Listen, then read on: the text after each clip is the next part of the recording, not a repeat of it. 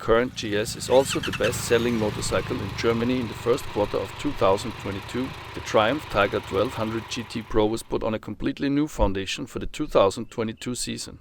And like all the other new touring enduros, it has to compete against the GS benchmark in the comparison. We rode one day in April in the pissing rain. On the second day, the video recordings were on the program as well as a short off-road passage. Clearly, we put both bikes on the indisputable 1000 PS scales, and there the Tiger was almost 10 kilos lighter than the current GS. There was also an important decision to be made. Which models should we pit against each other? In the end, we decided on the Tiger 1200 GT Pro with 19-inch front wheel. This will compete against the R1250 GS. During the season we would like to compete the Tiger 1200 Rally Pro against the KTM 1290 Super Adventure R, and as part of the Album Masters test. The new Tiger will also have to stand its ground against the Ducati Multistrada V4S, so we can offer a very good overview of the current situation with touring enduros during the season. On the first day of testing, I would have liked to escape my responsibilities. The thermometer showed 6 degrees and it rained all day. But it was the loyalty of our 1000 PS YouTube members which motivated me to stay on and gain experience. Wolf and I rode an extended lap and swapped the two bikes every 20 kilometers. Thus, despite the high level of both motorcycles, we could experience the fine differences in detail. The Triumph, for example, was already thrilling when cold in city traffic. The entire drivetrain with engine, transmission, quickshifter and cardan convinces with smoothness and perfection. The gears can be sorted easily without a clutch. Even at low speeds, the engine can be precisely dosed and the motorcycle provides safety and gives confidence. In direct comparison, the current GS seems a bit rough. The transmission chops a bit at low revs and the overall load change reactions are noticeable and require a bit more concentration in the wet. Everything already looked like a clear victory for the Triumph's engine when a slight weakness was revealed in the tight hairpin turns. That the response from the throttle grip was a bit too slow in the transition from sliding to load operation. Strangely enough, the topic of power and acceleration was not an issue at all on the following 2 days. On the one hand, it was so that the Tiger 1200 cannot really play out their performance advantage in real life. Maybe that in highway duels the Tiger with its 150 PS allows the higher speed, but in fact you felt with the GS with its 136 horsepower at any time great motorized. On the other hand, the engine of the GS seemed more brutal, but nevertheless the pilot in the saddle of the Tiger was never distanced even in the tightest hairpin turns. The Tiger also stuck there to the rear wheel of the GS and scored with a perfect performance and a precisely regulating traction control. Overall, the two units seemed equal. However, the GS is a bit harsher and rougher in every aspect, while the Tiger is more precise and sensitive. What really surprised us were the smooth gear changes and the smooth running engine. Especially because the new Tiger 1200 is also equipped with a cardan drive, with the BMW Boxer. The cardan shaft is the natural extension of the crankshaft's direction of travel, and its integration into the vehicle's design feels natural. The level of the entire drivetrain is now at a great level, and in the saddle of the GS you wouldn't think twice about it. But when moving directly to the Tiger, even the most demanding pilot in the saddle is speechless. The final drive has no noticeable impact on shifting and everything feels so harmonious and balanced. Although the Tiger 1200 requires an additional gearbox for the redirection of the power flow, the final drive works better and the Tiger is also almost 10 kilograms lighter. Here you just notice that the Tiger is a completely new motorcycle. The GS is a great further development in which there is now an infinite amount of experience. However, the base is now a bit outdated and is under a lot of pressure from the tough competition. Possibly in the future, BMW will also have to do without the single-sided swing arm, which looks better, but in practice is likely to be at the limit for enduro bikes. Ducati, too, can only fit the single-sided swing arm on the road-oriented bike's peak Multistrada. At Triumph, the twin-sided swing arm looks like more weight. According to Triumph, however, this solution was lighter than a solution with a single-sided swing arm. When it came to suspension and handling, we were extra careful. On the one hand, it was the case that the high-quality electronic suspension is superior on the Tiger. The components are better, the response is finer and the adjustment range is wider. The Tiger's suspension will satisfy even demanding pilots and did a great job on gravel as well as on the road. The spread between riding comfort and precision succeeds very well, and the shore suspension was brilliantly integrated into the ride. The suspension of the GS is good, but cannot fully meet the demands that connoisseurs expect in this price range. Without going deeper into the books, I suspect that the Triumph suspension is significantly more expensive to purchase than the suspension in the BMW GS. But BMW GS riders know exactly that when it comes to chassis, the GS strikes with no mercy when the turns get tight. Even compared to the Tiger 1200, The great front end is incredibly good and the bike drops easily into the radius. The inside line is caught easily. Despite the nimble handling, the motorcycle does not seem nervous. At the moment, only the Multistrada V4S can keep up with the Boxer GS on corner entry. The Tiger 1200 seems more stable and requires more pressure on the handlebars than the GS at low speeds. It also drives the curve precisely, but it always needs clear commands on the handlebars and does not eat the inside line completely automatically. The GS manages this better. At higher speeds, the Tiger's handling becomes equal. It can score by the better chassis, however, with more comfort on bad asphalt, despite the tendency to tip slightly into the radius.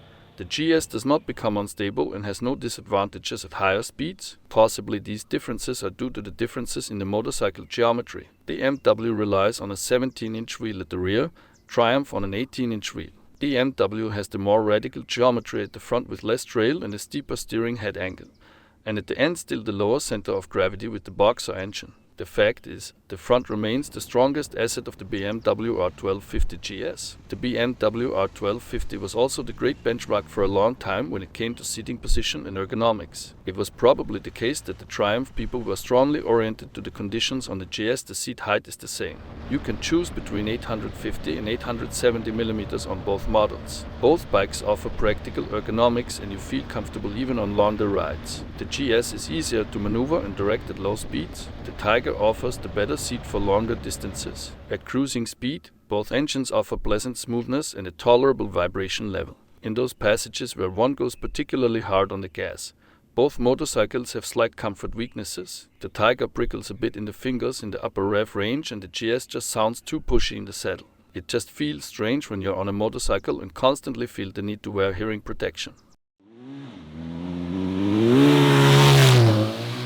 BMW GS fans will look with some envy at the Tiger's equipment, especially when it comes to brakes. Both motorcycles play in the same price league. At BMW is a good brake mounted that does a good job in the field. In fact, you can't find a hair in the soup and you'd actually be satisfied. But in direct comparison, the Tiger simply has a better quality feeling. Triumph has installed a Magura HC1 brake pump and a high-quality Brembo monoblock brake. Similar to the chassis, as a customer you simply get the better hardware for your money. In practice, however, only demanding customers will probably notice the difference, because without a direct comparison, we wouldn't have thought of criticizing the brakes on the GS, but the pressure point on the Tiger is just even clearer.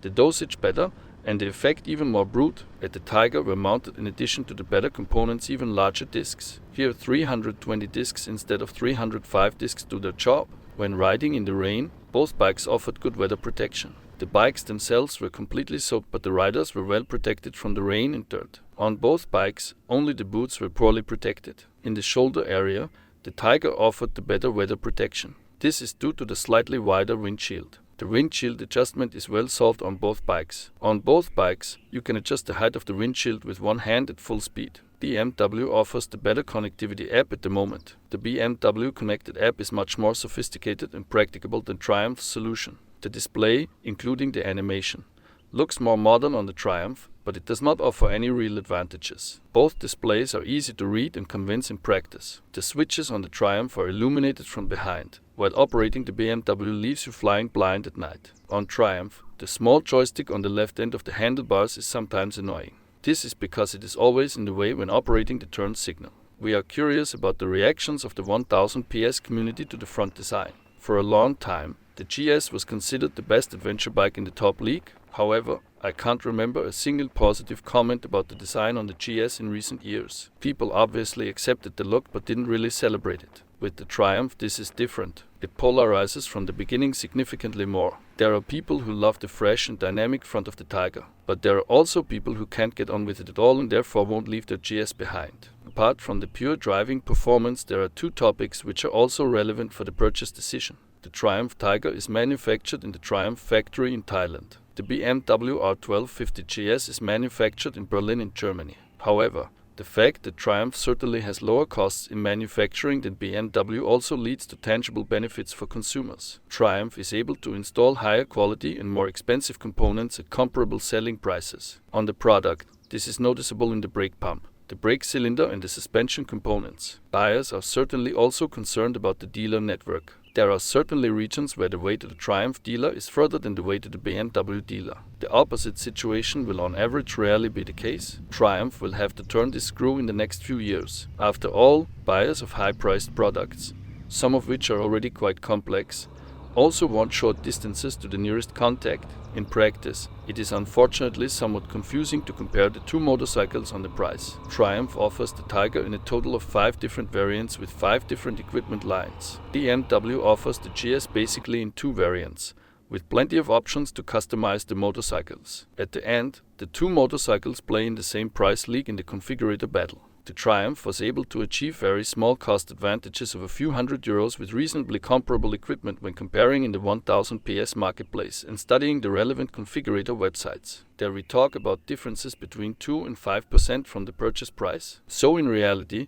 the current discount level and the value retention of the machine will have a greater influence on the cost to the customer than the price tags on the motorcycles. In the direct comparison, it became clear on the one hand that the GS is a fantastic motorcycle. You can understand why, even in the year 2022, it is still the most successful motorcycle in the German registration statistics. It rides well and seems well engineered. But with the Tiger 1200 is now the next motorcycle at the start, which in the saddle then in the end even more thrilled than the GS. In 2021 it was the Ducati Multistrada V4S which enchanted our hearts. 2022, the Tiger 1200 is the new superstar on the adventure bike market. Unlike Ducati, however, the bike is in the same price league as the GS. The BMW R 1250 GS also presents itself in the year 2022 as a very complete motorcycle. Sovereign and well balanced, it convinces with intensive trips. The motorcycle scores with the wonderful engine, the great ergonomics and the practical riding aids including great app integration. However, in direct comparison with other touring enduros in the upper league,